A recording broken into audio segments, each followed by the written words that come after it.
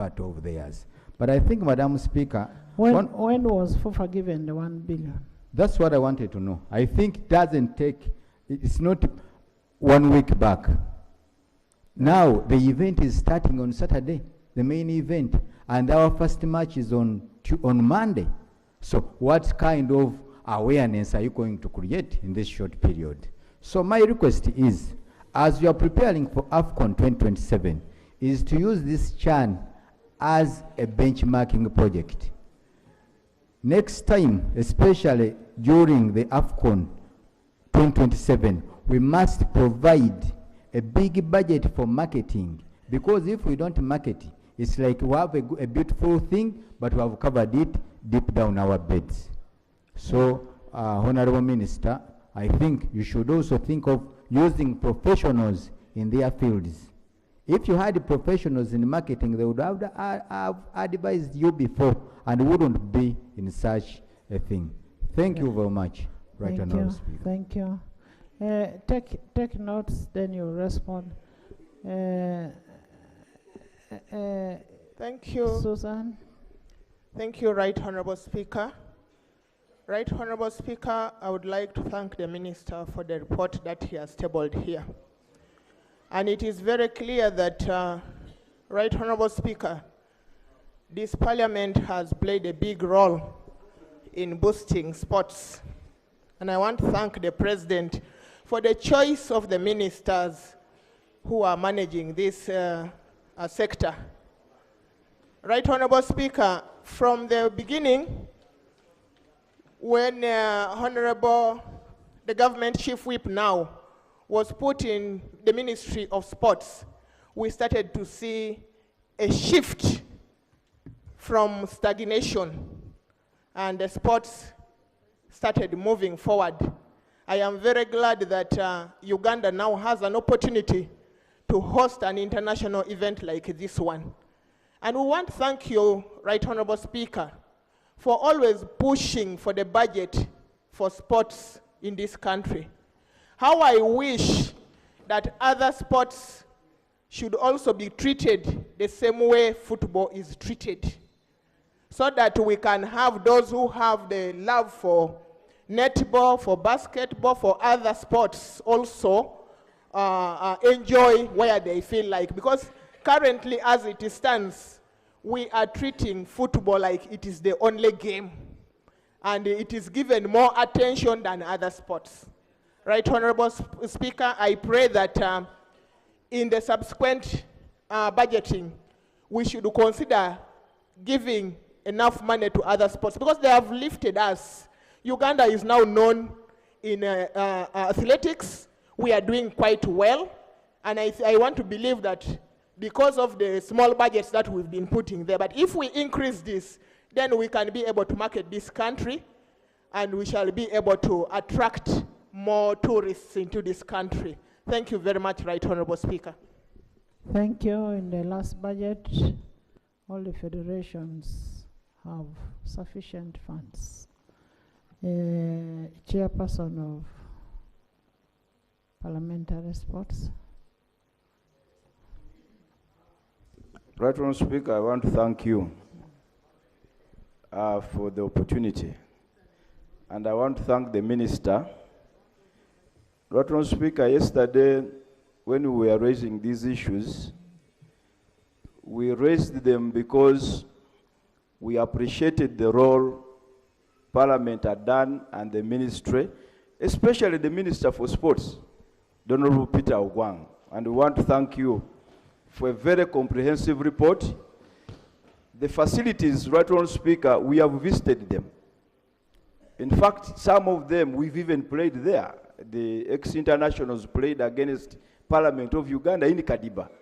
So the facilities are really top class, and we want to thank you for the supervision, for the effort. You are the right person in the right job. Right Honorable Speaker, the concern we raised yesterday, and that we shall continue to maintain, regarded publicity of this event. And I am glad to hear, Right Honorable Speaker, that 1 billion shillings has been given to FUFA to do the publicity. even if the time between now and the opening of the games is very short, we only hope and pray that the 1 billion will be utilized sufficiently for purposes of creating publicity. Minister, if we don't publicize these games, the stadium will be empty, and that will not be very good for the country. So can we marshal all our efforts? Can we marshal all our resources to ensure that we have a robust publicity mechanism for purposes of having full stadiums? Otherwise, it will be a very big embarrassment. Right, Wrong Speaker, the minister did report. Just a minute. In this schedule here, the subcommittees, that publicity was supposed to come under which committee?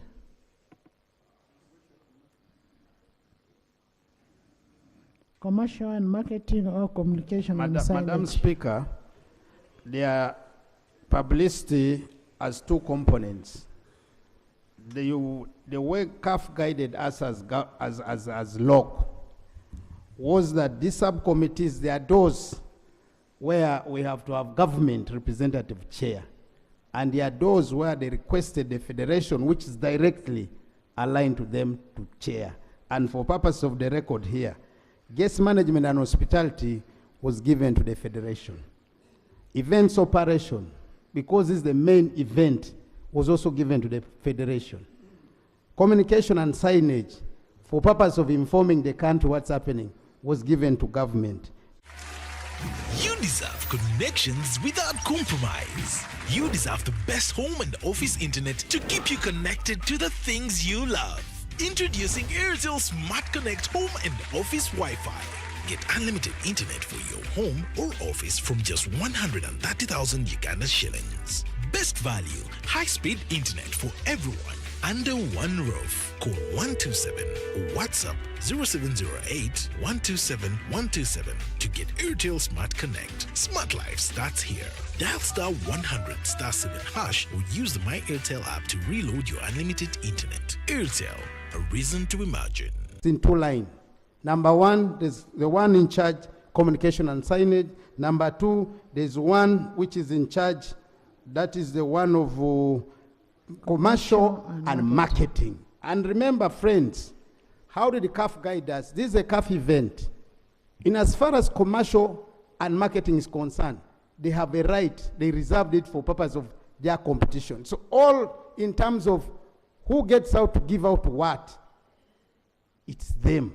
This is their tournament. No longer they have their sponsors. So when we are working in with them, we have been very careful to ensure that we do not cross the line which they are directly involved, and we also don't over push in our authority on the competition. But above all, Madam Speaker, in all what is coming out, if I refer to the paragraph of finance, because that's where we have one critical issue. My statement is here clear. It says, and I want to go to the paragraph which I said, in addition to the above settlement, the LOC evaluated the local requirements to ensure let me say, whereas it was expected by LOC that these expenditures would be accommodated under the $13 million dispersed to CAF, it is now evident that LOC, in their operation, which I also want to say for the record, it is a Pamoja tournament. Uganda is having 1 group. Tanzania is holding 2. Kenya is holding 2. So this money, which we all paid, we expected the $13 million to cater for the operations of this tournament, both as one tournament. The challenge which has arisen is the expenses for CAF in Uganda are not the same as expenses for CAF in Tanzania and CAF in what? In Kenya. No wonder we have come with an area where we have deficits, and these deficits are the ones which government internally has taken a position to raise money locally to support us in our quest to have this tournament managed. And that's what is coming now to affect areas of publicity. How do we handle it? Should we leave it as a CAF event alone, Madam Speaker? So you've given the 1 billion for us to see how to support. Yes, support the publicity of the event which is meant to be done by CAF according to what we have agreed with the CAF. But initially, all this work was meant to be undertaken by the Confederation of African Football. And Madam Speaker, also I want to put this on record, because I don't want people to come out here and say, we have given for 1 billion, 1 billion. Why FUFA? This is a football. Because I was going to ask you, why didn't you give to the committee and you give it to FUFA? Why are you giving FUFA? Madam Speaker, I want first to put this on record. This is a football event. Number two, the experience on how they manage to raise funds to come to their games during other competition is their experience and expertise they have. So as a local organizing committee, we found it prudent that we use them to help us as government, based on the time now we have, to go out and carry out this civic and popularize the event across the country. And as of this morning... So when did you give them the money? Madam Speaker, it is actually undertaking we have had, which we are going to formally do it. You're going to give them the money. Exactly, but I want... want... You have not yet given... Listen to me. Honorable members, it should be on record that they are going to give the money they have not yet given. Because we don't want anything that happens to be associated to FUFA. Let it be an issue that it has been from the Federation, Madam from Speaker, CAF, but now FUFA is going to come in to support. Madam Speaker, I'm taking this undertaking, having had a meeting and having chaired a meeting as the co-chair of law for purposes of us moving forward to ensure that the event is properly publicized across the country. And I want to confirm this morning, I have got information from various parts of the country that the Federation has swung in action. There are radios moving all over most of the major towns in the country. There are also radio advertisements taking place in major parts of the country.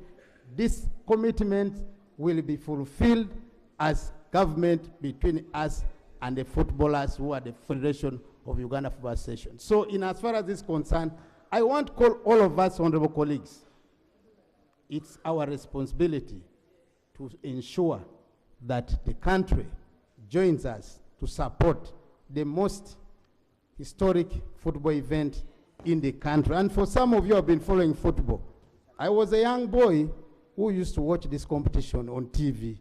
But today, I can confidently say history has been made in Uganda, that we are hosting the event in Uganda.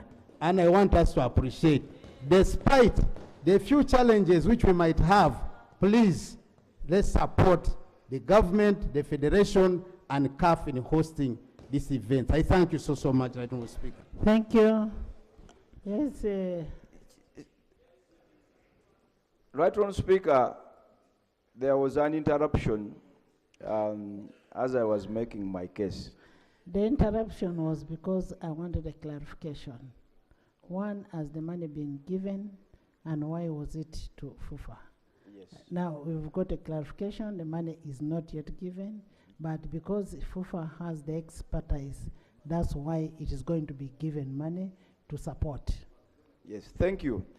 Right, Honourable Speaker, relatedly, on the issue of publicity, I want to find out from the Minister how you are utilizing the ex-internationals who have played in Chan and who are no longer active and who are prepared to play roles, because we have also received, and one time I had an opportunity of bringing a good number of them to you, and you met them and they are out there because they think they have a role to play. But right, Honourable Speaker, the Minister did say we paid $13 million to CAF. And as far as I'm concerned, Uganda was the first country to make that financial commitment. Kenya and Tanzania, I am not so sure whether they have fulfilled their obligation. Honorable Asuman, those are not issues for discussion here. Our issue of discussion, because you're making a breach. That's a breach on the agreement that has been signed. Our issue has been answered by Honorable Minister, that let's all join. One, we are going to make sure the advertisement is going to be massive. Let's all join. in ensuring that we popularize the game. Now let me conclude. I'm now concluding. Or not on that one. So I am saying, as Parliament of Uganda, we have got a report from the Minister of Sports. Can we own this game as it is a country game? It is only sports that does not differentiate whether you're opposition or whether you're government. It is one that brings all of us together. So can we now get out and ensure that this game is well attended? This game is owned by all of us. It is our game.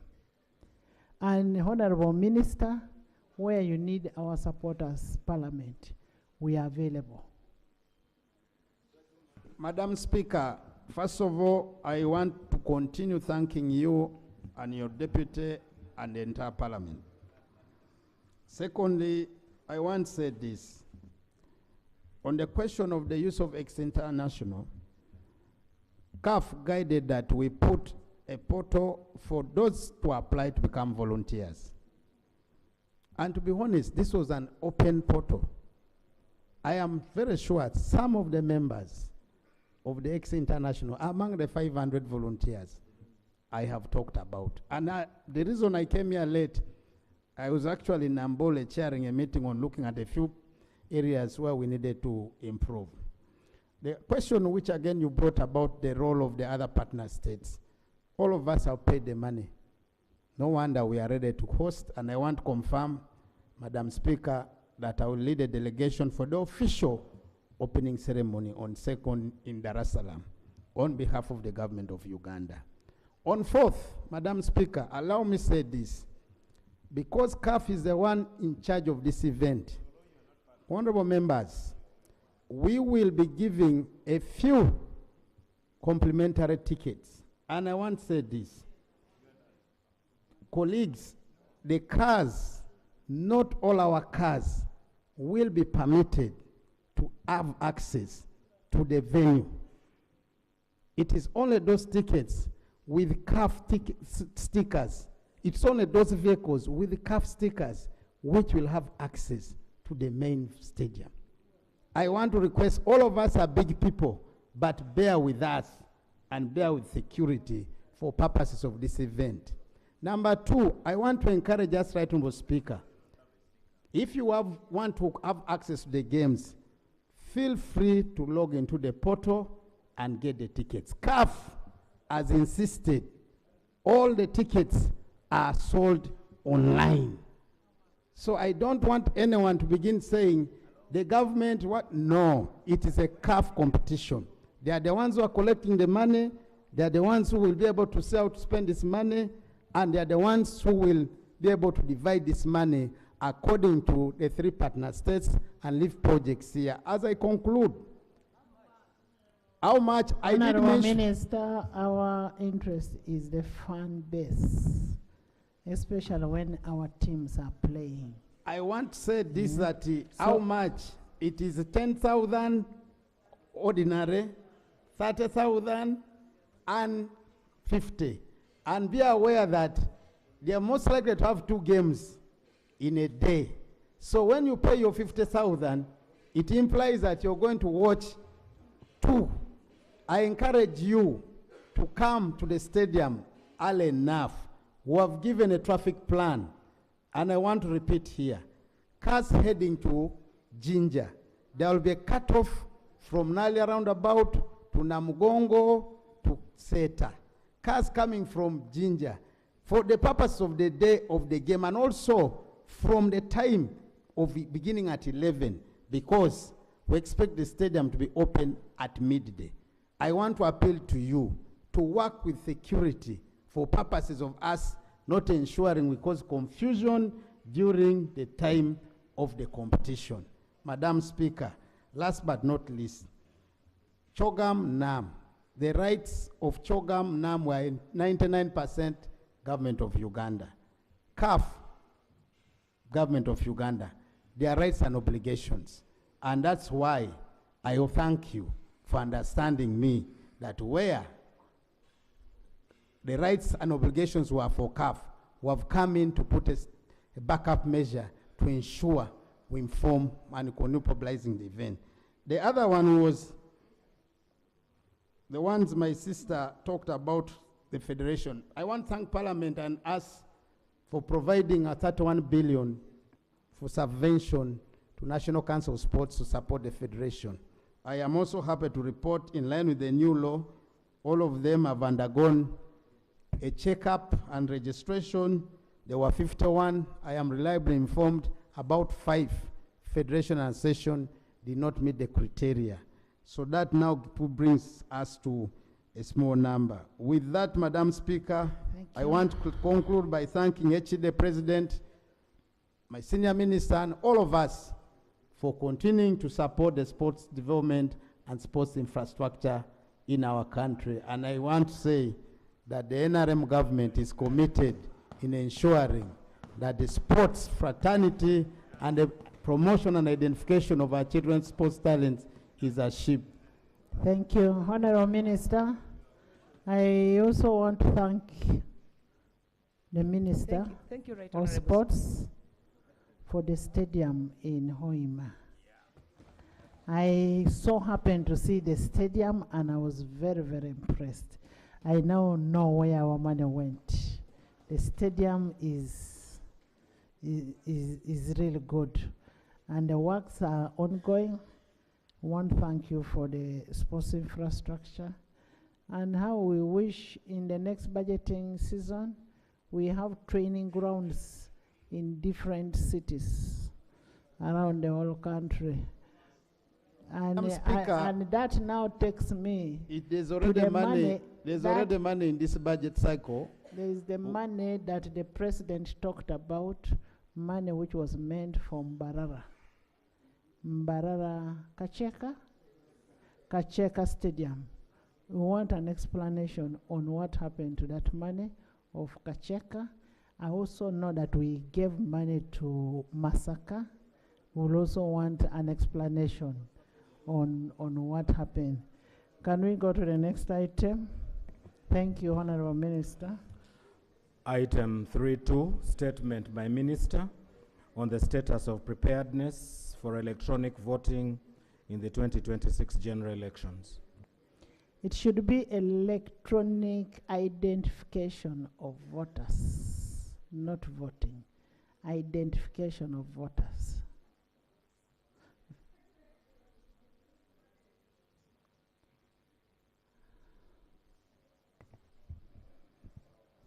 Right Honorable Speaker and colleagues, I wish to formally inform the House that I am in possession of a copy of a letter addressed to the Speaker, dated July 30th, 2025, signed by Norbert Mao, Minister of Justice and Constitutional Affairs, where he is requesting for more time in order for this report to be presented on the floor. In the circumstances, Right Honorable Speaker, Honorable Minister, you're reading a letter which was addressed to me and I have not seen. I've not seen it. I have stated, Right Honorable Speaker, that I am in possession of a letter addressed to you and copied to me as Government Chief Whip, signed by Norbert Mao, Minister, where on the last paragraph he says, "We are therefore unable to present a comprehensive report today as directed. It is my request that you allow us more time to report. 2 weeks will be enough for us to finish consultations." There's an order here. At least I have my copy here, because it is copied to me and I can lay on table. Honorable Government Chief Whip, it is bad manners for you to get a copy of a letter addressed to me. I have not received it, and and it is used as reference. Right Honorable Speaker, you give Madam Speaker, I may just put it on record that you may not blame me. Show your confidence with skin that looks this good. New Nubian Nourishing Cocoa, now with Hyaluron. Yeah, who was meant to deliver this letter to the respective offices. At least I have received mine, and the copy is here. Item 3. I think next time we need to be more smarter. We need to be more smarter. Let's get to know what is happening before we come to the house to avoid some embarrassments. Honorable members, in the public gallery, we have NRM party registrars and village chairpersons from Gwere County. Soroti District, they are represented by Honorable Adeke Ann. You're most welcome. Please stand up. Thank you so much. The NRM registrars represented by Honorable Adeke, and the flag bearer of that area is Honorable Ariko Habat Edmond. Most welcome. Thank you so much for coming.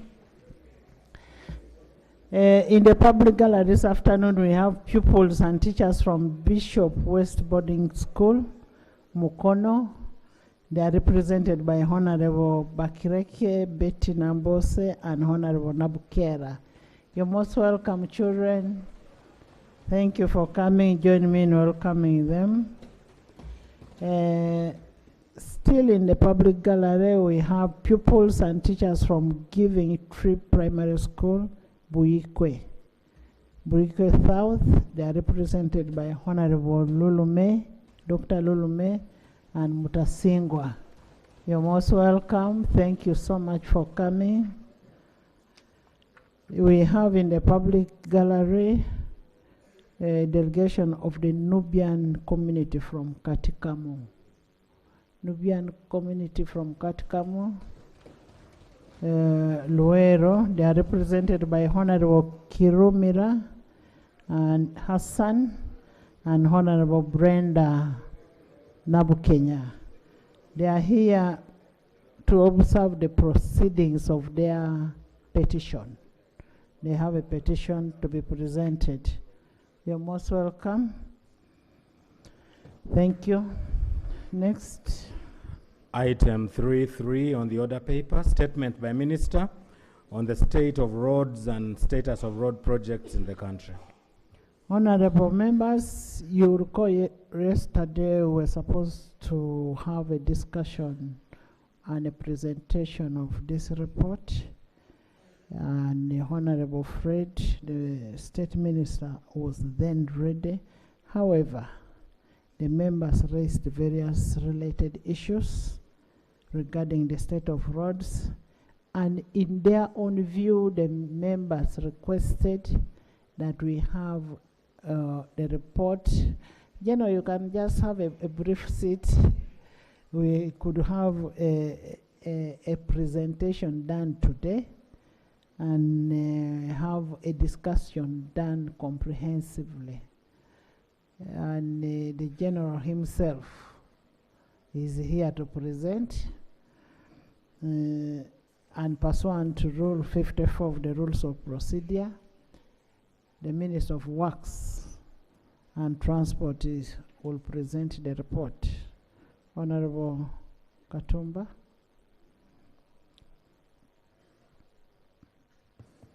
I hope it was uploaded.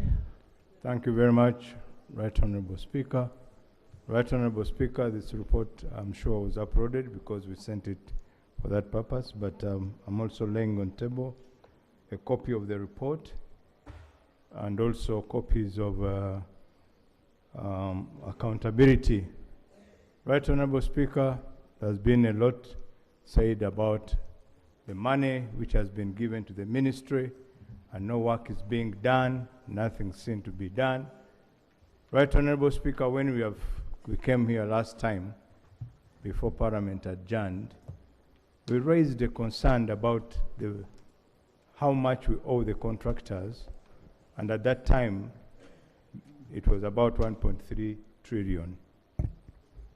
Right Honorable Speaker, Parliament directed that we be given the money to meet that backlog in terms of payment to the contractors. Right Honorable Speaker, we were given, out of the 1.3 trillion, we were given 462 billion, and that's the money we are counting in one of those documents. We have accounted for that money, 462 out of the 1.3 trillion, which was requested to do. So before I even go into the main report, that gives a brief on why even many of the contracts are not running, because we owe the contractors a lot of money. Allow me, Right Honorable Speaker, to go through my report. Right Honorable Speaker, this statement is a follow-up to the one I presented to this House in August, on this August House, on 14th May 2025, regarding the state of roads infrastructure in this country.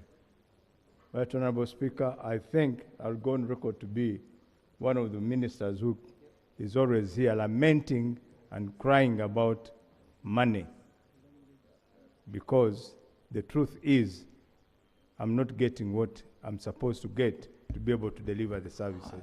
Honorable Government Chief Whip, is it possible for finance to be here? Because if ministers' problems are on money, if the problems are on money, can we have finance here and we understand why these things are not being done?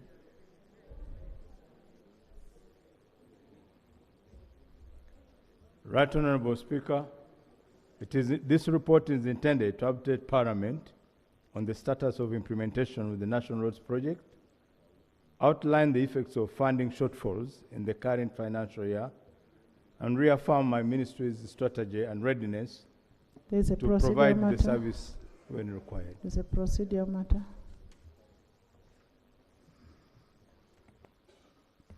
Right Honorable Speaker, you send the government chief whip to call the Minister of Finance. Would it not be procedure right for the Honorable Minister to wait until the ministry is around so that they answer issues which are going to be raised in the report, other than going ahead in their absence? Thank you, Right Honorable Speaker. The report is uploaded. The presumption is that these ministers or all the members of Parliament have the reports and they should have gone through them.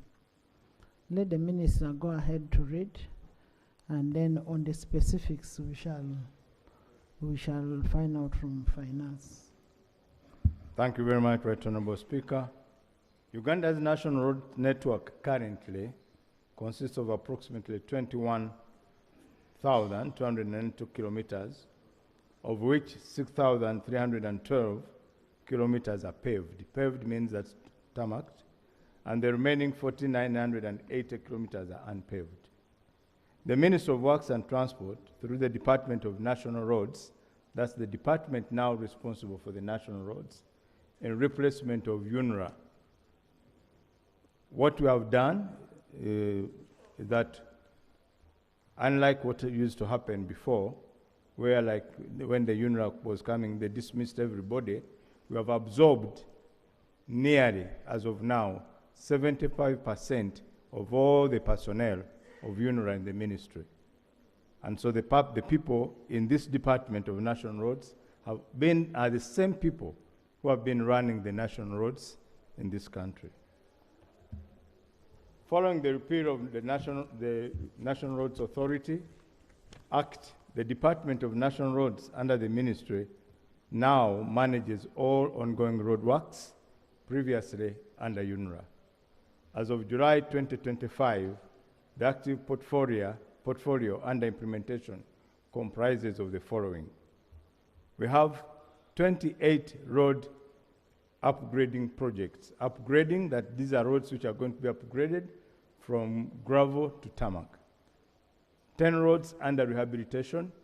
These are roads which have been highly degraded and have to be rehabilitated. 11 bridges which are being constructed. These projects are financed through a combination of Government of Uganda funding and development partners support. In addition, the ministry continues to manage the National Road Maintenance Program, covering both the paved and unpaved network. For this financial year, 25-26, the total government of Uganda requirement for the National Roads Program is 3,153,000,000, broken down as follows. 2,082,000,000 is for the ongoing works, those projects which are ongoing, and the lists are in the annexes which are attached to this document.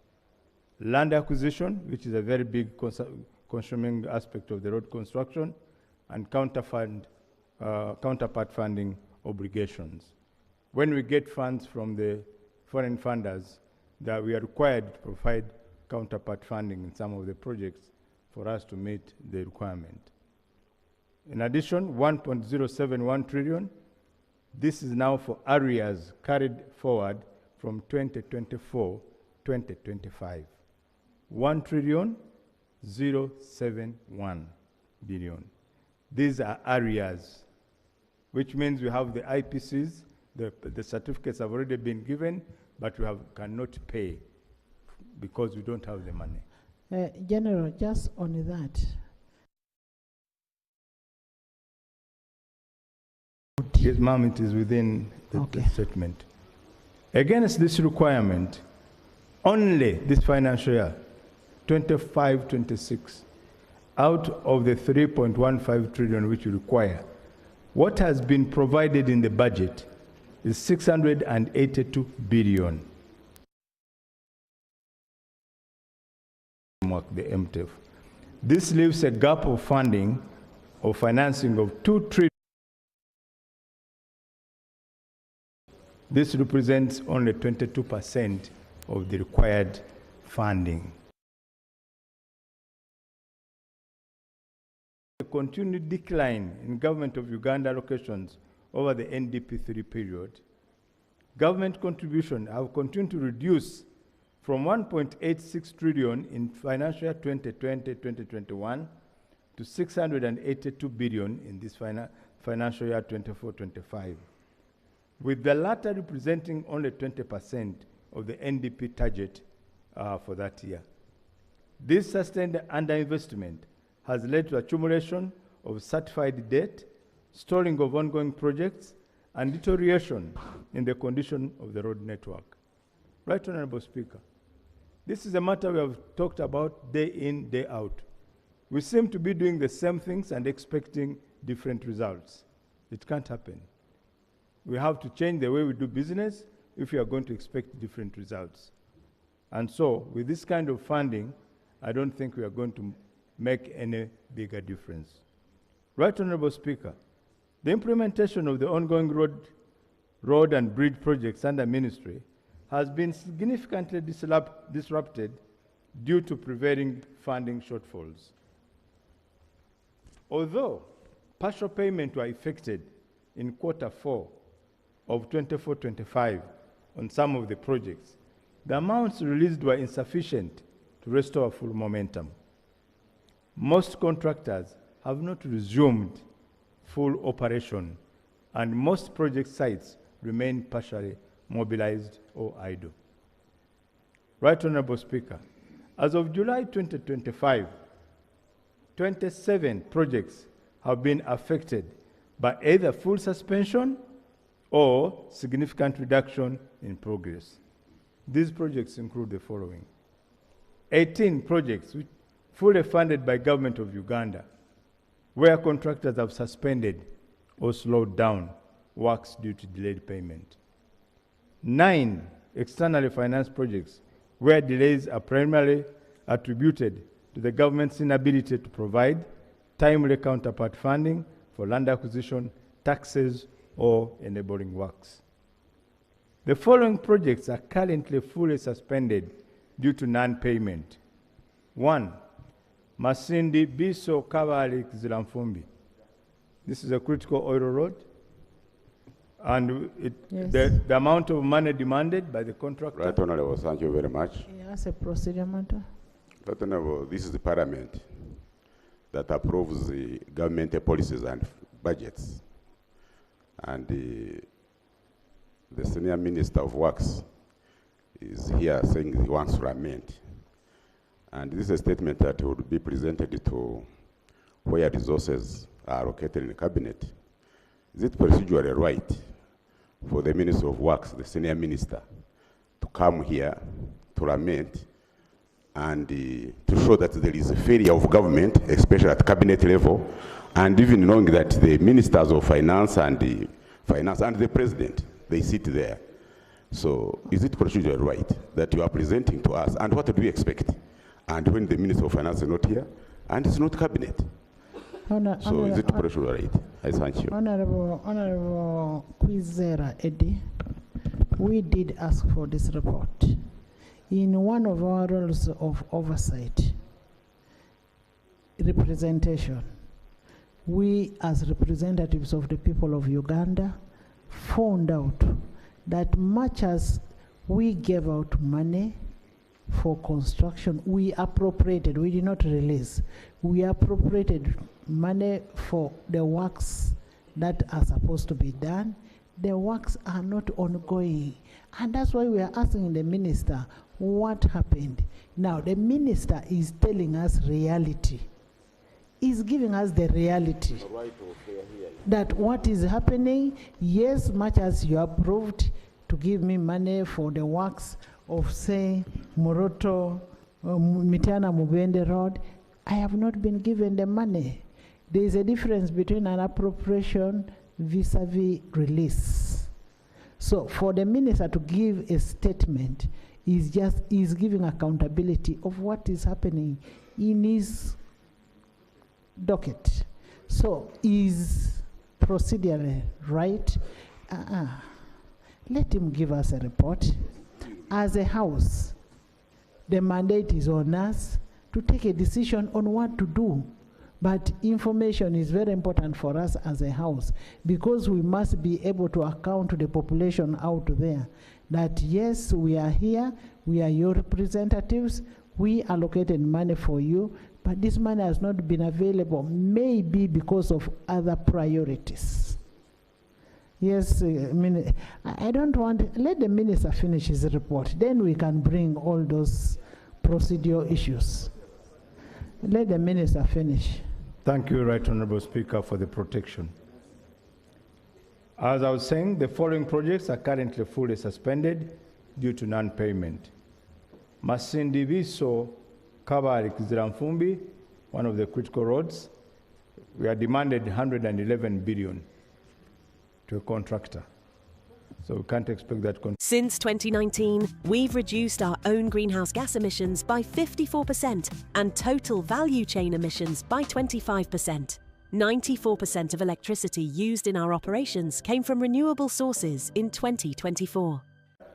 This one is about 80% progress, but we need to find the money so that the project can be completed. Mitiana Mubende, we gave the contractor out of the money which was appropriated, the 462 billion, 39 billion out of the IPCs which he had. But now what he told us is that all that money, he used it to pay the debts and pay the suppliers. And right now he needs another 30 billion, which is not in the budget. Kampala Jinja Highway, that one, we had to now use the internal mechanism of the ministry to intervene.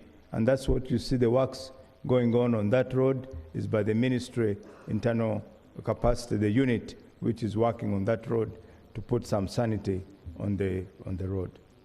The following projects are progressing but at a reduced rate due to delayed payments or incomplete land acquisition. Land acquisition is another nightmare. Kilaka Sangat Matuga, the number of properties which we have not yet paid for.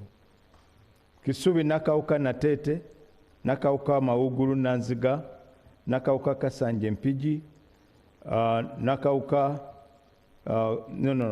Kasanje Buwaya, and Entebbe Nachuogo. This is one project within that area, but the challenge of that project is mainly land acquisition, because the contractor accepted to do a pre-financing arrangement which was agreed on with the Minister of Finance for 2 years, but he needs land for him to work. How much is supposed to be paid to the PAPs? The PAPs, 380 billion. Ari-Nebi Road, this one's about to be completed, but again, the progress is slow. We need to... Matuga Semtoka Peka, this one, Abeka, who is the local contractor, demands about 44 billion. Karuma Pakwachi Road, this one is progressing. The contractor, China Railway 7, together with NEC, they demand about 20 billion. Busunju Kivoga Hoima Road, this is under reconstruction by again Abubeka, who's demanding us another 30 billion on this particular road. Karuma Orio and the Orio Pakwach sections, these are being addressed, and I think very soon they'll be finished. Additionally, key bridge projects remain under construction but constrained because of funding, and the progress is ongoing, but it could be better if we had a reliable fund release. Katonga Bridge, including Rera and Kalanda's Swamp crossings along Masaka. Then the Upper Katonga Bridge, that's Kabula Soke, Villa Maria Road. And Seziwar Bridge on Kayunga Mukono Road. The cumulative effects of these suspensions and delays has led to slow absorption of project resources, exposure to financial claims, risk of asset deterioration, and reputational concerns. If not urgently addressed, these disruptions will compromise Uganda's ability to deliver critical national infrastructure and maintenance of the existing network. Impact of the inadequate funding. The funding shortfall of 2.472 trillion in this financial year has had far-reaching consequences on the implementation of the National Roads Program. These impact manifest across land acquisition, ongoing project performance, the paved road network, and maintenance of gravel roads. Impact on land acquisition and project commencement. Land acquisition remains a prerequisite, and this is in the Constitution, I think Article 26, for access to site and commencement of physical works. The delay or absence of funds for land compensation has constrained progress on both government of Uganda projects and also externally funded projects. The lack of access to site has, A, prevented contractors from mobilizing, leading to suspension of activities. Triggered claims for idle equipment, because it's in the law that the contractor cannot, if you can't give him access to land, then we charge you idle equipment. The ministry currently requires 843 billion in total to complete land acquisition obligations in financial year 2025-26 on all ongoing projects, including those funded by donors. And the list is in the annexes which I've provided. Impact on ongoing projects, areas and claims. Right Honorable Speaker, the under allocation in 2025-26 has further compounded certified areas carried forward from the previous year, which, as I stated earlier, is 1 trillion and 71 billion. These areas relate to completed or ongoing works for which certificates were issued and approved. Failure to clear these obligations has resulted in the following. 1, suspension or reduced performance on 27 ongoing projects. The lists are in the annex. Accrual of commercial interest on delayed payments estimated at over 48 billion in financial year 2025-26 alone. Delays in execution of co-finance projects, potentially affecting Uganda's credibility with development partners. Additionally, the continued accumulation of unpaid certificates discourages private sector confidence, increases future unit cost, and may result in government being classified as high-risk client in the infrastructure contracting market. The impact on paved roads. Honorable Speaker, Uganda's paved road network, now standing at 6,312 kilometers, is experiencing increasing structural distress due to insufficient maintenance, deferred interventions, increased traffic and climate change. And according to the latest technical assessment, 2,460 kilometers, which is 39% of the network, require urgent intervention as follows. 1,993 kilometers require periodical maintenance, like what we did on Northern Bypass. 260 kilometers require rehabilitation. 270 kilometers have deteriorated to the level of reconstruction. These include roads like Guru, Atiak, Nimule, which need total reconstruction. Honorable Speaker and members, periodic maintenance intervention costs about 880 million per kilometer if you do it within time. If not implemented, 888. Yes, and 88 million shillings per kilometer. If not implemented, these roads degrade and instead require rehabilitation, which costs up to 2.59 billion per kilometer. Again, if this is not done, so the deterioration of the 1,993 kilometers due for periodical maintenance further into rehabilitation would result into preventable fiscal loss of up to 850 billion. This, however, does not even include the direct cost for road users, such as vehicle maintenance, the accidents which happen as a result, etc. If roads already earmarked for rehabilitation are neglected further, they transition into reconstruction category, just as what we are doing on Masaka to Mutukura Road, which costs 3.7 billion per kilometer, from 888 to 3.70 billion per kilometer, if not attended to in time. Consequently, failure to address 100 kilometers of rehabilitation-ready roads could impose an additional burden of 111 billion shillings to the government. Right Honorable Speaker. Further, the national asset value of Uganda's paved network has dropped from 37.4 trillion to 26.9 trillion, a depreciation of about 10.5 trillion, largely due to underfunding and deferred maintenance. This therefore calls for urgent need to provide funding to attend to the maintenance backlog. Right Honorable Speaker, this may not be in the statement. We have had discussions on this matter of maintenance. Not once, not twice, even within my committee, the Committee of Parliament on Infrastructure. And we have been urging that for every $10 we invest in construction, we should invest $3 in maintenance. It has not worked.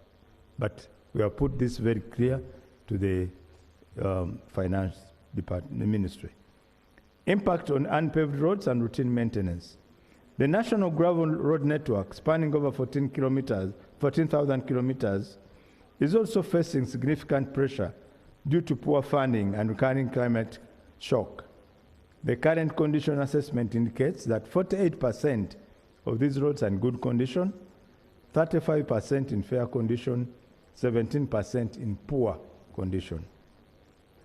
Maintenance efforts are hampered by A, unreliable and inadequate rules for grading and spot improvement. 2, depletion of gravel materials in highly demanded districts. And 3, infrastructure degradation due to flooding, landslides, and prolonged wet seasons.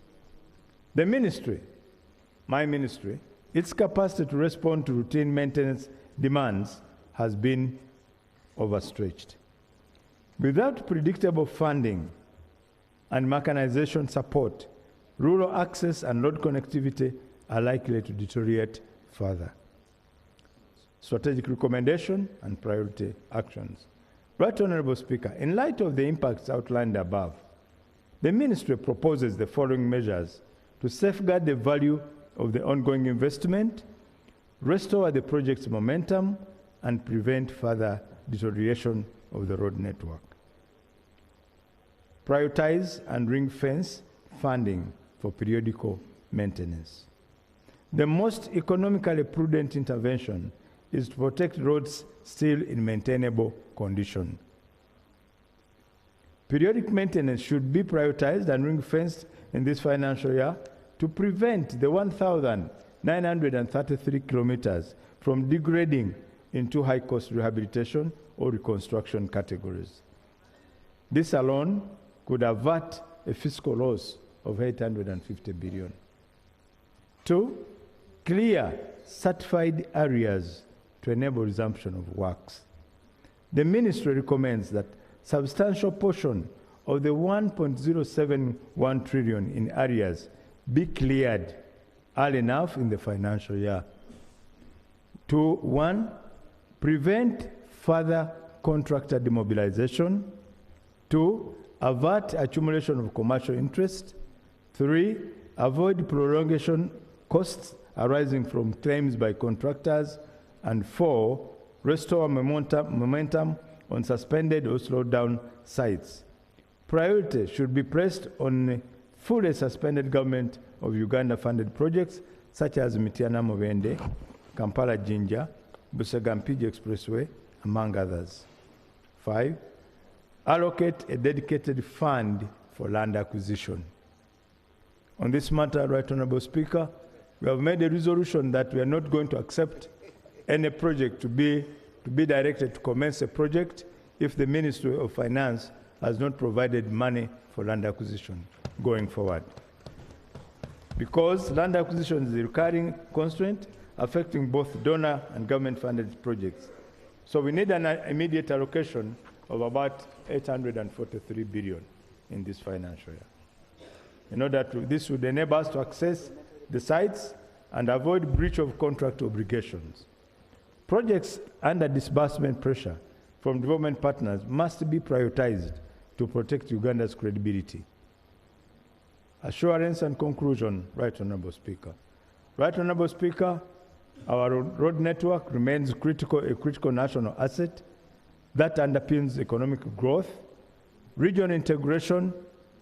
Fortunately or unfortunately, we're in the center of the region, and our network does not only serve Uganda, it also serves our neighbors and delivery of service. Its total replacement value is estimated at 37.4 trillion. However, due to underfunding and deferred maintenance, this value has greatly depreciated by about 10.5 trillion. And the risks of further deterioration are growing if the funding levels remain unchanged. The funding shortfall of 2.472 trillion in this financial year has triggered project suspension, delayed land acquisition, accumulated arrears, and increased fiscal exposure through interest and claim liabilities. The national paved network is now experiencing a backlog of 2,460 kilometers requiring urgent intervention.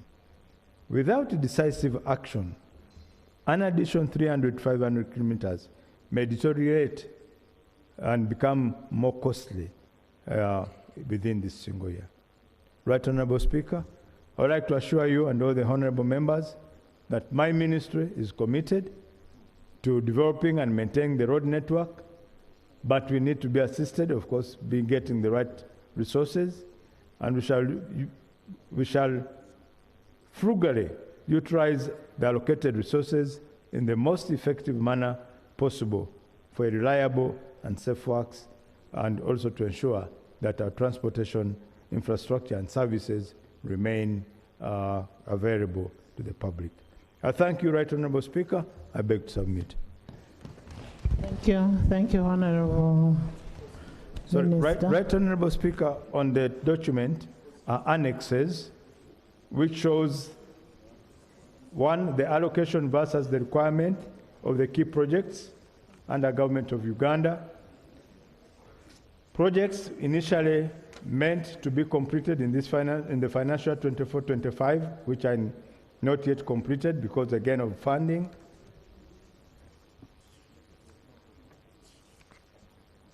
We have a breakdown of roads in need of urgent intervention. That's roads which require periodic maintenance.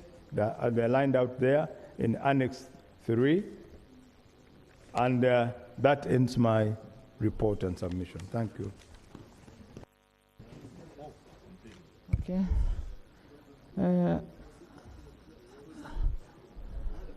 We've had a report from the minister, and I sent the government chief whip to call one of the ministers of finance. Let him first give us a report on the ministers of finance.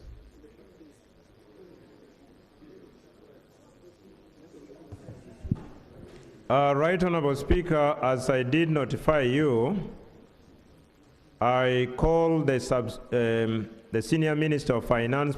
Buy data bundles uniquely tailored for you using the My Airtel app. Choose between daily, weekly, and monthly bundles. To buy a bundle using the My Airtel app, open the My Airtel app. Select Buy Bundles. Enter your phone number or MiFi number. Browse through the plans and select the one that is best suited for you. Airtel, a reason to imagine. Honorable Golobi, the phone is on, but not picking. So in the circumstances, that is the report I can give. Thank you. There is a procedural matter. Thank you, Madam Speaker. Originally, I wanted to ask the same, but now that the Honorable Government Chief Whip has told us the status of the ministers, is it procedurally right to put this report on hold until the ministers are here and even the Prime Minister? Honestly, the issue is about money, because this is a very beautiful report, well thought out, but the moment we discuss it or debate it without these ministers and the Prime Minister, we will not get an answer. Thank you. Right Honorable.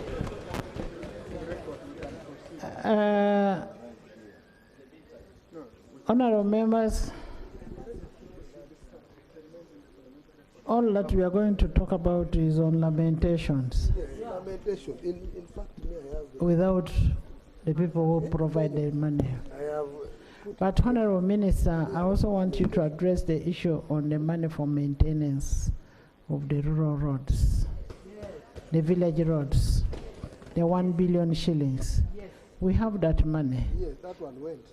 That money.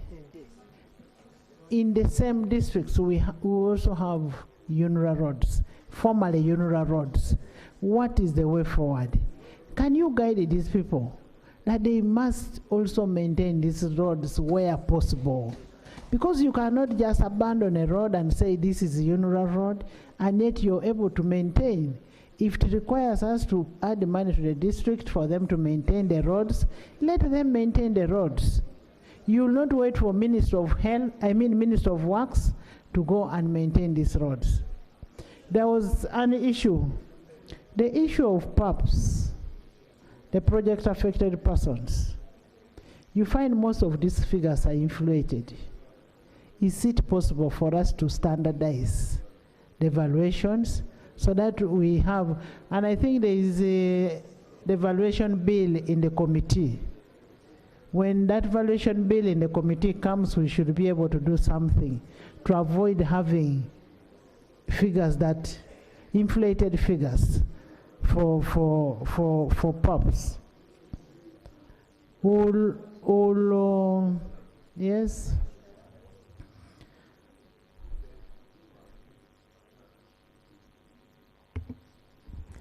Honourable Speaker, I do acknowledge the fact that our finance ministers are not present. In fact, on the front bench, we have just 2 ministers, and then maybe one person who is interested in becoming a minister sometime. Right, Honourable Speaker, there's a generic issue which for me is beyond finance. It's good the government chief whip is here. Government has been propagating the boo-boo policy. Buy Uganda, build Uganda. Some of the contractors that the minister is talking about are local contractors.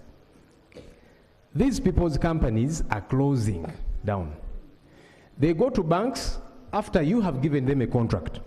So they go and secure a loan, a credit facility on account of that.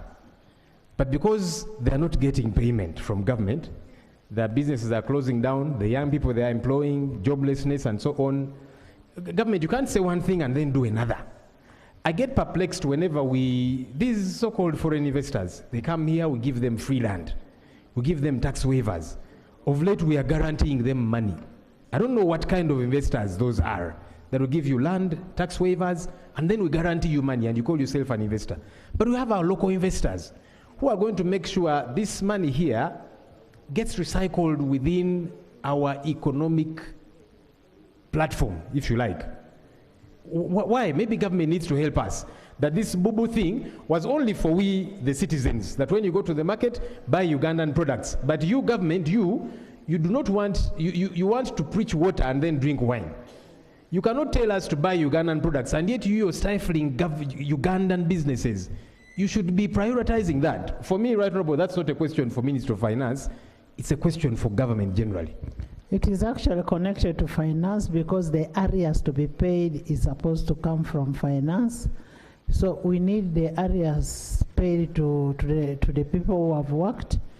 Honorable Minister, when you talk about the roads that you really need to,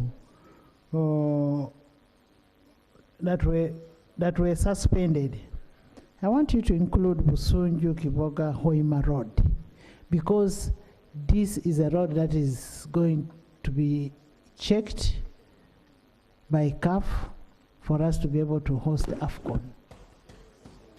So you need to prioritize on that road. If you're talking about 30 billion, that is little money. You should be able to get that money, and that's a local contractor where we even gave him money. That was Abubakar. We gave that local contractor our own money as government. Then you also look at the issue of, did we budget for the equipments for districts that don't have equipments, cities? Did we budget for it? Right, Honorable Speaker. There are districts which were identified as excessively big, and so one unit was not enough for them. And then also, you remember when we bought the equipment, we did not address the cities and municipalities and town councils. We have already provided the requirement to the Minister of Finance, and they told, the last I heard is that it has been put in the system, possibly to use the same arrangement we used in buying the 1,151 which we distributed, so that they can get those equipment. That's about the equipment. About Busunju Kiboga Road and the contractor, right, Honorable Speaker, even when you look in some of the documents which I've given, where we spent the 420 billion, priority was given to local contractors. We gave them priority in paying for their IPCs. So we recognize their challenges, because these are people whom we interface with nearly every day through their body, UNABSEC, and we did give them some sizable amount. According to what we call the certificates which they are presented, we don't pay up front, we pay when the certificates are there. Honorable Minister, yesterday I talked about a road from Mbarara to Bushenyi. It is basically potholes. As we wait for money to work on the whole road, why don't you just work on those smaller potholes so that the road is usable? Just like the way you're working on Kampala, Jinja. Yes, Right Honorable Speaker, we are now in that process. We started with the Gaza Karaji Road, which had also gone deteriorated. Now we are doing Jinja. We are left only with, I think, 1 or 2 sections at Uriantete and somewhere near Chigombia. When we finished, Mavida was done. I think there's a section in Mavida which we need, where the Kenyans got an accident when they were doing the pilgrimage. So we are in that process, Right Honorable Speaker. We want to reduce on contracting for every simple work. I remember we had potholes between Mijera and Kafu, and those were done by ourselves. The unit went and treated those potholes. When we move from Ginger Road, we intend to move to Chegegwa, between Chegegwa and Chenjojo, because that section has also greatly deteriorated.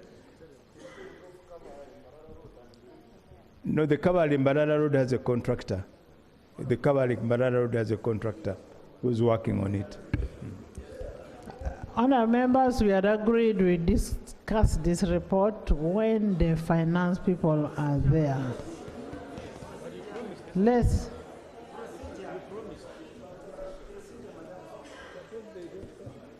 Thank you, Right Honourable Speaker. Right Honourable Speaker, yesterday when we halted the Minister from reading the statement,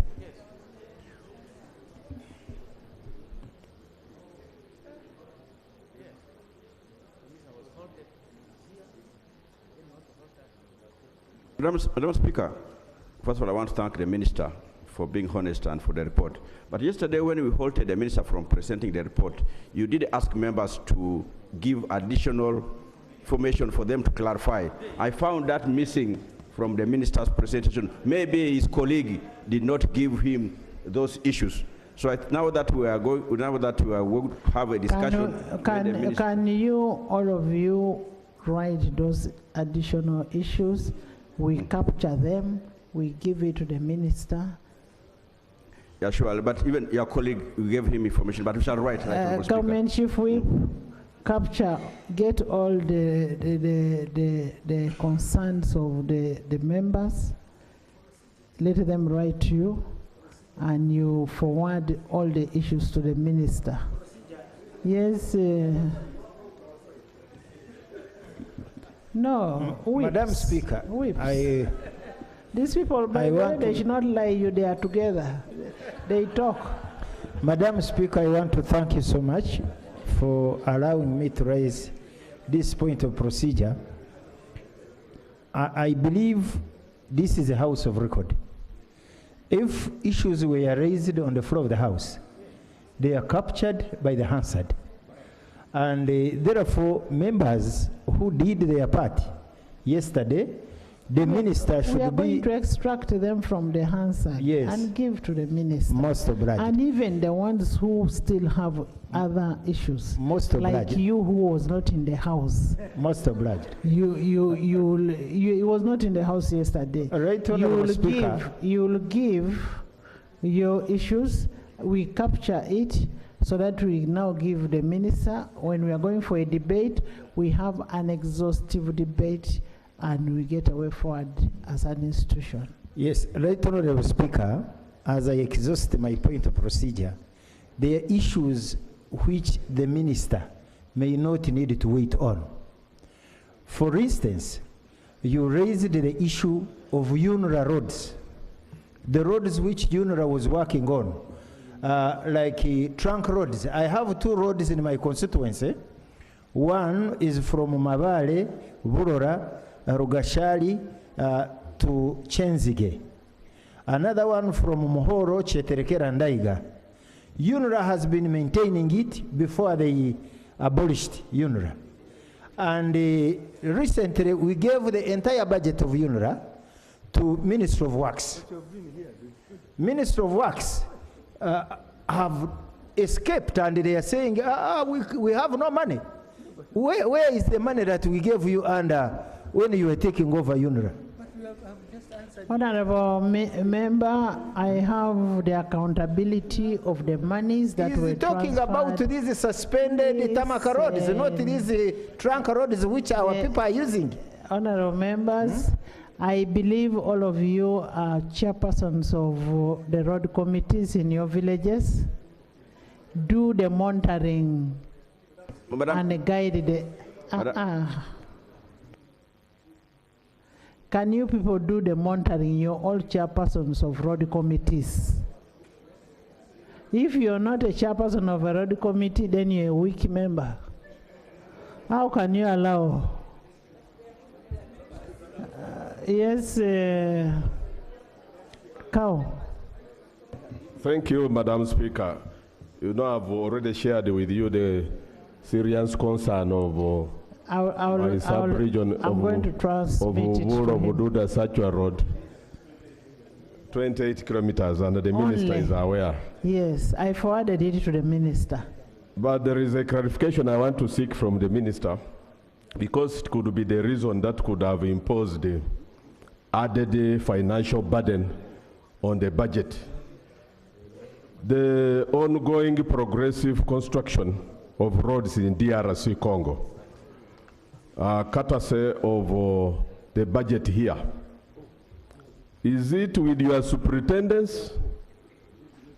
And could it be the major reason that is causing the area? Because this works and the transport sector was one of the 4 lion shares over the budget.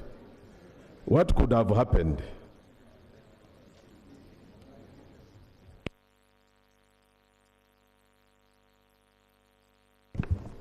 Right, Honorable Speaker. If I may answer the Honorable directly. One, Bududa Sachura Road, the 28 kilometers. That road is under even NDP for now, for tarmacking.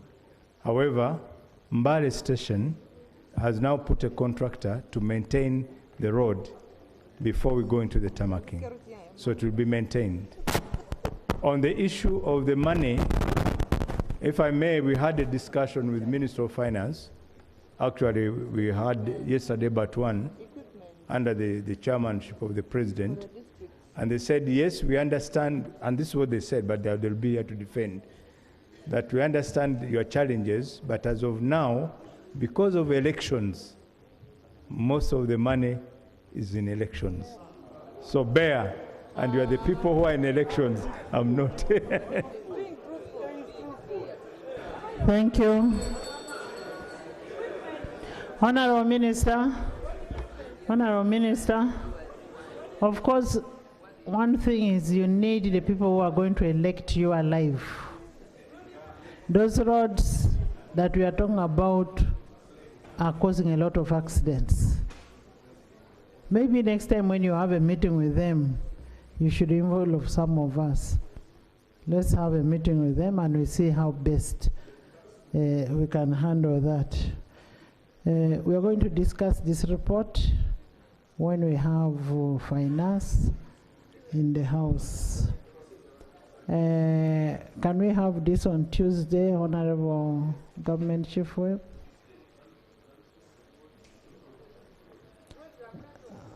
Go to the microphone. Go to the microphone. Give all the issues to the minister, the issues that were raised, so that they are all catered for. Then we have a discussion on Tuesday. Right, Honorable Speaker, I can guarantee to notify the Minister of Finance, Planning and Economic Development, but I may not guarantee the attendance.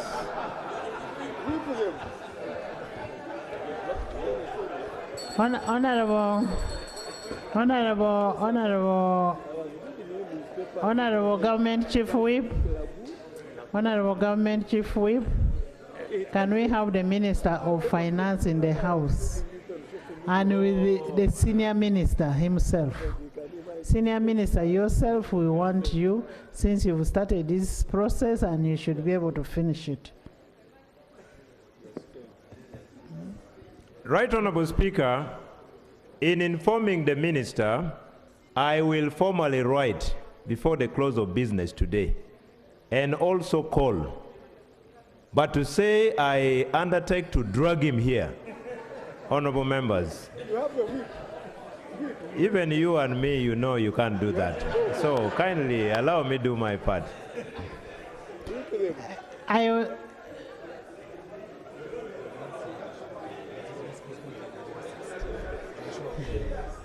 Honorable Minister,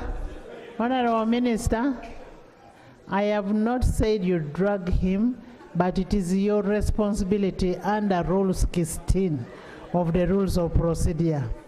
Honorable members, in the public gallery we have pupils and teachers from New Hope Junior School, Makindye Sebagabo Municipality, Sabagabo. They are represented by Honorable Naluima and Honorable Serukenya David. Where are you? Where are they?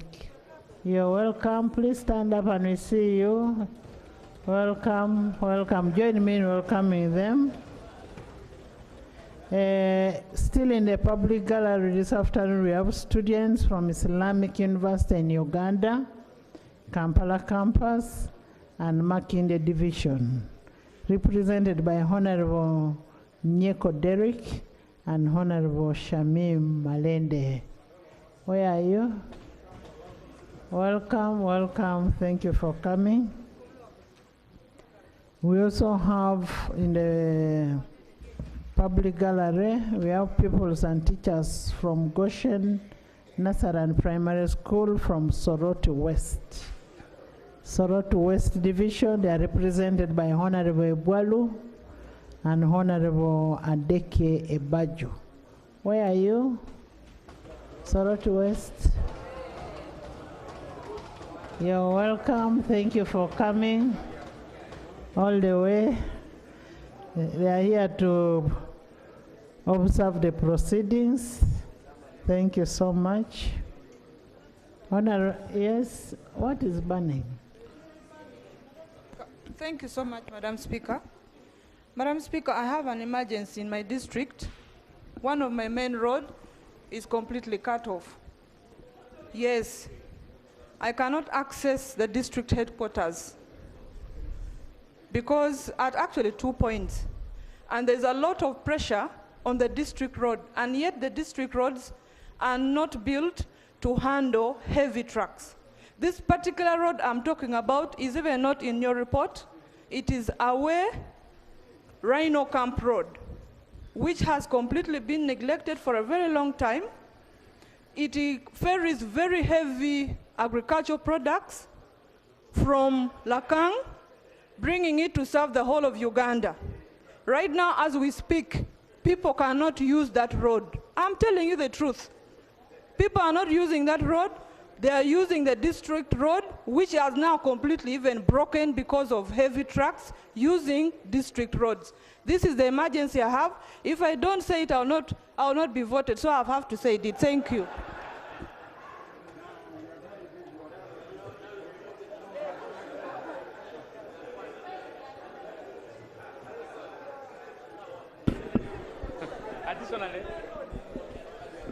Thank you. Honorable Minister, you've heard, and then the issue of the road safety. I don't know if it is activated from the time it came to the ministry. Remember, we had a complaint here when the works are on the way. No, you can't know whether there are works. When there's a truck which is pulled, there are no signs to show there's a truck here which is pulled. All these kind of things. Honorable Minister, you may need to give us a response to that effect. Can we go to the next item? Item 4 on the order paper. Presentation of petition of the Nubian community. We will have this debate on Tuesday on the issue of the roads. And Honorable Minister, you are only biased on road transport. For us people who stay in the island, the island people like Honorable Moses, you should, exactly. So you also give us a response to that. Item 4 on the order paper.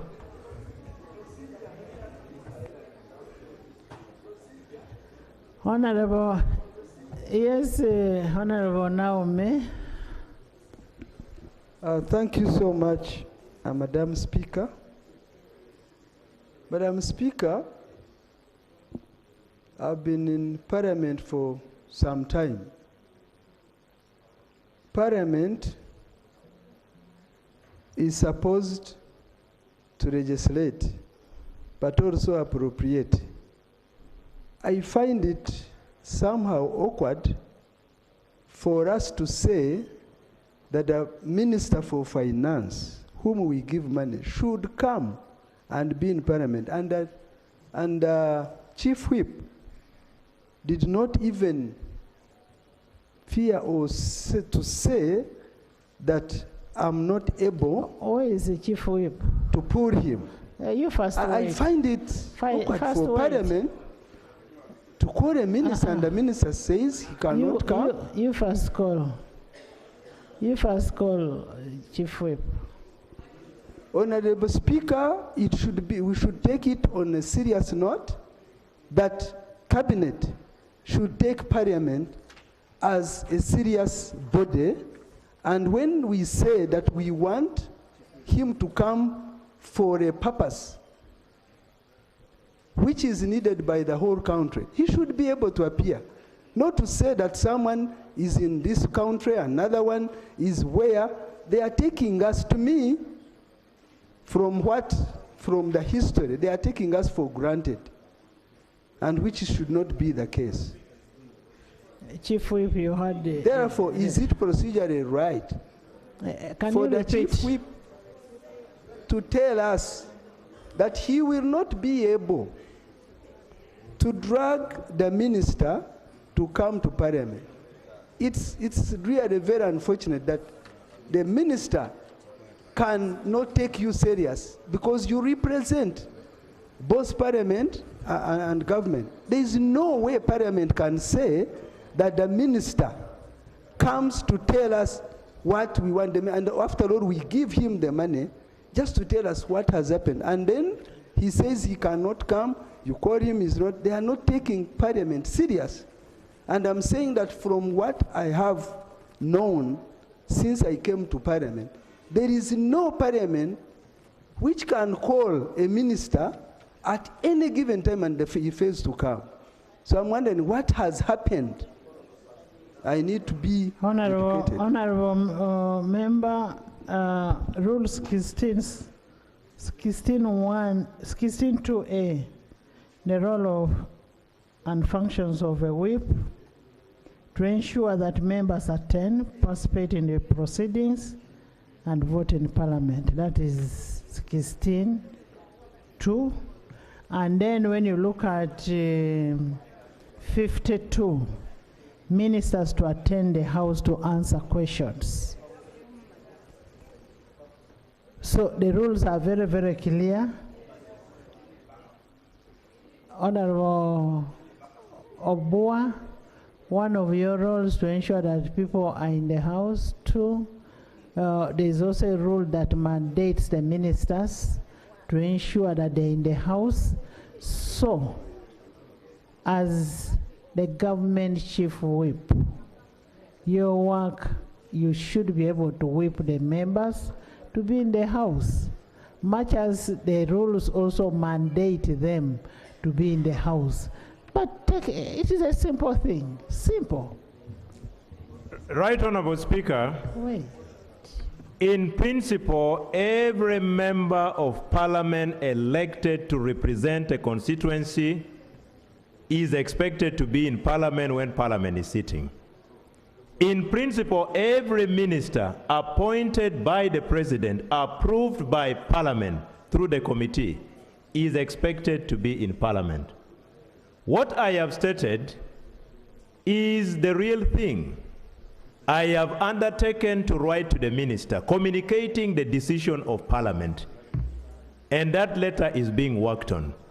I have stated that I do not have that powers to drag that minister literally on the floor, but I will do my responsibility of whipping how I whip them through those formal ways. I think I am right. Unless you are telling me one day a government chief whip who served before dragged the minister here literally. The process of writing, Honorable Minister, is more of dragging them. I mean, that's your role as a government chief whip. You are the one who's supposed to ensure members are in the House. This is not anything for debate. Madam Speaker, I have made my commitment. Because I do not want to come here on Tuesday, then the question is posed to me. That question now must be posed to the minister, because the letter I'm going to write is copied to the Speaker. I would have done my part of whipping. So the minister should now be here to answer. If he doesn't come, you don't pose the question back to the whip. I would have done my part as a whip. We shall do it. Rose. Yeah, thank you so much, Right Whip, Honorable. we shall hold you accountable. Thank you so much, Right Honorable Speaker. Right Honorable Speaker, I join the rest in asking our Chief Whip to get more serious on this. Right Honorable Speaker, yesterday we lost the former ambassador to Egypt, His Excellency Angwalia Laus Richard. He perished with another one in a road accident, because I did mention here yesterday that our roads have gone from bad to worse. His head burst in the middle of the road. We have pleaded here about our roads in West Nile. We do not even have culverts when we want to do it ourselves. This is more than the word serious. Just imagine how within seconds we lost 3 people in West Nile yesterday at 4 p.m. as we were here in the house. So we're asking you, our Chief Whip, it's not a bed of roses. From the frying pan into fire. Can we get these people to do their work? If they are not capable, any member here can be a minister. This information should go to the president, other than letting people occupy spaces that they cannot even work in. Thank you so much, Right Honorable Speaker. Thank you, Honorable Rose. Honorable members, I have my visitors here who want to go. Can we look at the petition? Honorable members, petitions are avenues through which the public may seek parliamentary intervention on matters that are relating to the public. The Nubian community in Uganda petitioned my office. And when they petitioned my office, they were brought by Honorable Kirumira Hassan, the Member of Parliament of Katukamu, where the Nubian community live or stay or come from. And pursuant to Rule 31(3) of the Rules of Procedure, will now request Honorable Kirumira Hassan to present the petition. Thank you, Right Honorable Speaker. Right Honorable Speaker, I rise to move and present a petition under Rule 31 of our Rules of Procedure regarding the Uganda Nubian community, and this petition was presented to your office, and the members or the delegation from the Nubian community are here to witness the presentation of this petition. Right Honorable Speaker, despite being bona fide citizens of Uganda, the Nubian community has continuously faced discrimination and marginalization. The Nubi feature in the 1995 Constitution of the Republic of Uganda as one of the indigenous tribes of Uganda. The Nubi became an indigenous tribe in Uganda as far as 1844, following their migration to Uganda through the northern route from the Republic of Sudan and their subsequent settlement in urban areas, including Bombo. Right Honorable Speaker, the Nubians were integrated fully in the Ugandan communities through business transactions, intermarriages, their military activities, and have greatly participated in the nation building and national development. The Nubian community are marginalized and are facing several challenges which greatly impact their overall well-being and advancement. The Nubian community has been marginalized by government in respect of appointment to public offices, including ministries, boards, and foreign services, and barely has representation in local government structures which has excluded them from political participation. The decision by the President of the Republic of Uganda to grant Bombo municipality has not been implemented, yet Bombo town, commonly known as the Crowd of the Nubian community, originally enjoyed municipality status from the 1970s to 1996. However, it was consequently relegated to a town council, thus negatively affecting their political and economic privileges associated with the municipality. Honorable Speaker, with the fall of President Idi Amin regime in 1979, and later the 5-year NRA rebellion in Luero Triangle, in which Bombo is threatened, many Nubians were killed, their homes were destroyed, and property looted, yet since then, there has never been any recognizable government intervention aimed at assisting the community recover their land, property, and losses that were incurred. Right, Honorable Speaker, the Nubian community, as mentioned above, were business people. Their bank accounts belonging to some of the members of the Nubian community were frozen by government after the overthrow of Idi Amin Dada, and efforts to get them reinstated have remained unsuccessful. Consequently, most of them have remained in dire poverty. Right, Honorable Speaker, the existing health facilities assessed by the Nubian community in Bombo lacks the essential medical equipment for carrying out diagnostic tests and treatment, and they do not have an ambulance. And that has definitely affected the health standards of the people in Bombo. Right, Honorable Speaker, the Nubian community suffered great unemployment, which has left many young graduates idle, with many abandoning their studies.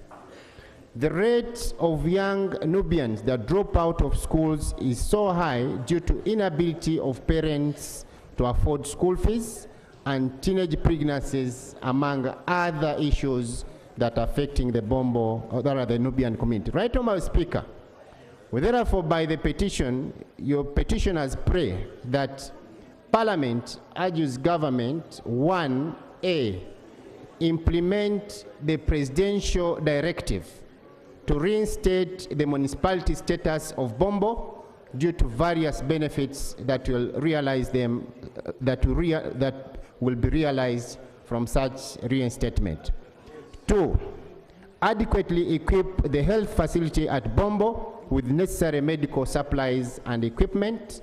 C, undertake measures to improve the economic status of the Nubian community through strengthening existing savings and credit cooperatives organizations within the Nubian communities and providing relevant training.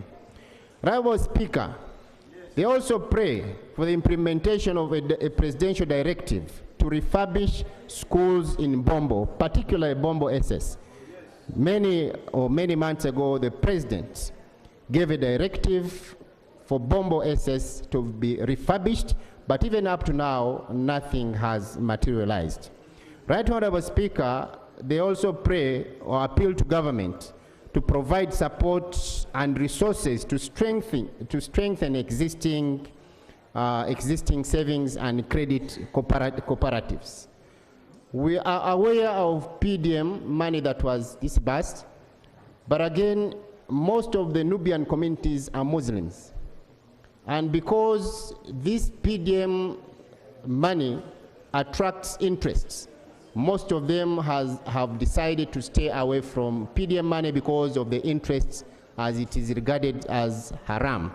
And consequently, we call upon government to come and provide products to the Nubian community that are interest-free, so that they are included in the economics and the economy of this country. D, right, Honorable Speaker, establishing vocational training that will help to upskill the youth of Bombo.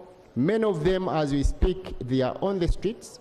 They are in the position of getting trained, getting some skills and be in position to do something. But right now, as we speak, most of the youth within Bombo are jobless, they have no future, and therefore we call upon government to provide vocational training for them to be upskilled. Honorable Speaker, we also pray that government consider appointing duly qualified Nubians in public offices, in public office positions, and enhancing their participation in politics. Honorable Speaker, finally, with all those grievances and the need for affirmative action, we pray that the relevant committee of parliament investigate the issues of the Bombo community and report to this parliament. Thank you, Right Honorable Speaker, and the humble petitioners, as duly bound, will forever pray. And here too, your humble petitioners have appended their signatures. Thank you, Right Honorable Speaker. Thank you. Thank you so much for presenting the report on behalf of the Nubian community. And you want? I say something? Yes. Right. Thank you, Right Honorable Speaker. Right Honorable Speaker, I would have loved my colleague here, because the Nubian community are not only concentrated in Bombo. There is a Nubian community in Soroti City, Kijijanji, in Fort Portal, in a place called Kitumba, in Arua. I think this petition should cover all the whole country where the Nubian community are based. But I support the petition. Thank you. Thank you. Honorable members will amend and say all the Nubian communities in Uganda. All the Nubian communities in Uganda. Yes, Enos? Thank you, Madam Speaker. But you see, once you are aggrieved, you come and seek redress. These ones are aggrieved. They've come. The Soroti ones have not come. Maybe they're okay. Maybe they have no problem. But let's first look at what petition came to the house. Let's not deprive the ones who came here and bring everybody on board, because these ones are aggrieved. Yes, Thank you, Madam Speaker. I appreciate the fact that our brother brought the petition on the floor of Parliament. But then some of the issues, I think they cut across. When you talk about government facilities, health facilities, they are for everyone in the community. I don't think we're going to have a health facilities for every community or every tribe or every cultural So institution. what do you want? My argument is this, Madam Speaker. We should... Honorable Enos, why are you acting mean? You're being I'm not being mean, Madam Speaker. And remember, these people are watching at you. Yes, exactly. No. I was coming to the amendment I wanted, Madam Speaker. Excuse me. It is their right. It is their right to be looked after by the government. It is a government role to ensure that the health of these people is well catered for. And anybody else, even your community can come and complain and say we do not have health facilities. If your community is not doing that, it's not our business. Honorable members, let's be fair to some people. Honorable members, considering that some of the prayers of the petitioners require interministerial action. I want to invoke Rule 31(7) of the Rules of Procedure and refer the petition to the Prime Minister and Leader of Government Business for expeditious action. And I remember when we had a report on Banyarwanda something. It was, I don't know the name. I am happy the President of the Republic of Uganda resolved that issue. And I am sure once this goes to the Prime Minister, this issue is going to be resolved, and we will expect this response within 45 days. as stipulated in Rule 3111 of the Rules of Procedure. Honorable Hassan and Brenda, I want to thank you for bringing the petition. And we also want to thank the Nubian community for raising their concerns. Thank you. Thank you so much. Yes, Hassan? Madam Speaker, I want to categorically thank you for allowing this petition first and foremost. But the clarification I want to make was that our petition was very inclusive. It is regarding the Nubian community.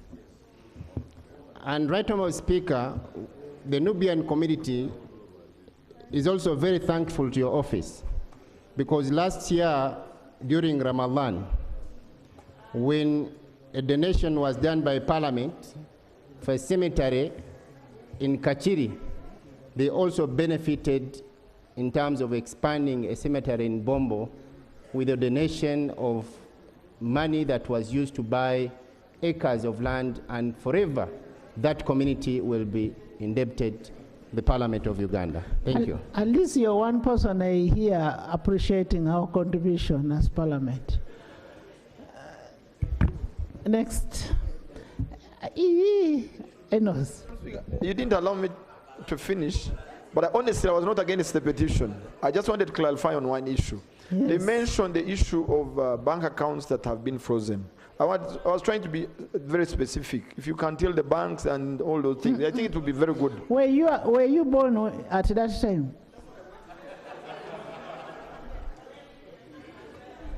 Let the Prime Minister handle. Item 5 on the order paper, laying of papers. 5.1, report of the Committee on Science, Technology and Innovation on the oversight field visits in regard to research and development in zonal agricultural stations, ZADIs, under the stewardship of NARO. Honorable members, pursuant to Rule 35.1 of the Rules of Procedure, I will invite the chairperson of Committee of Science and Technology to table the report.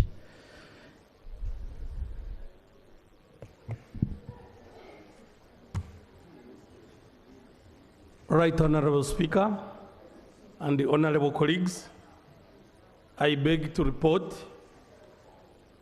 of the I beg to lay report of the Committee on Science, Technology and Innovation on the oversight field visits in regard to research and development in zonal agricultural stations,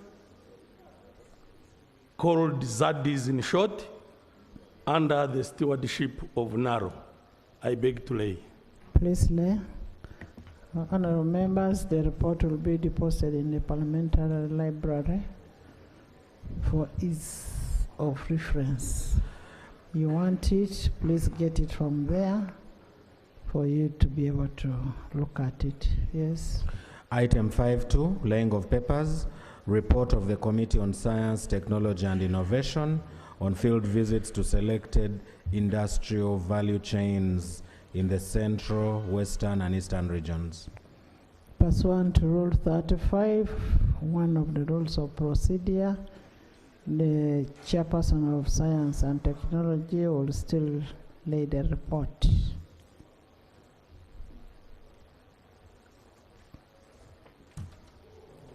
Right, Honorable Speaker and the honorable colleagues, I beg to lay the report of the Committee on Science, Technology and Innovation and on field visits to selected industrial value chains in central, western and eastern regions of Uganda. I beg to lay.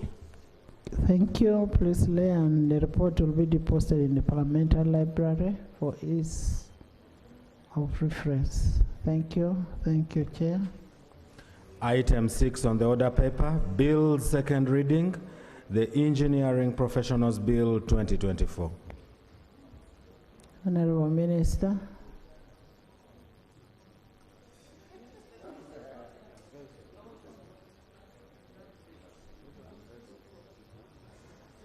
government.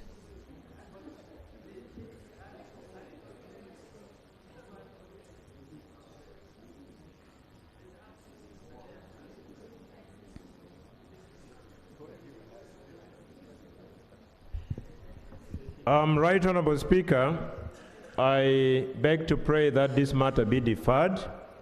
Both the Minister of Works is not here. The chair of the committee, the phone is off. The deputy chair of the committee, I called, the phone is on and told me is attending to a patient at Chirudu Hospital. And I did indicate that to you. I can give you his number and you call him.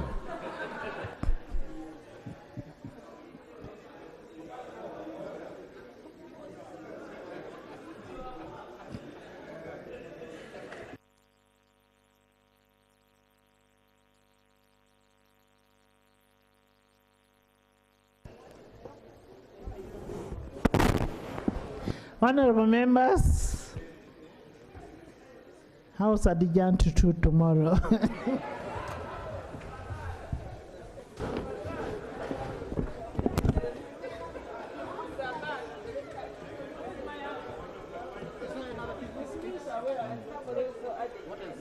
That's it.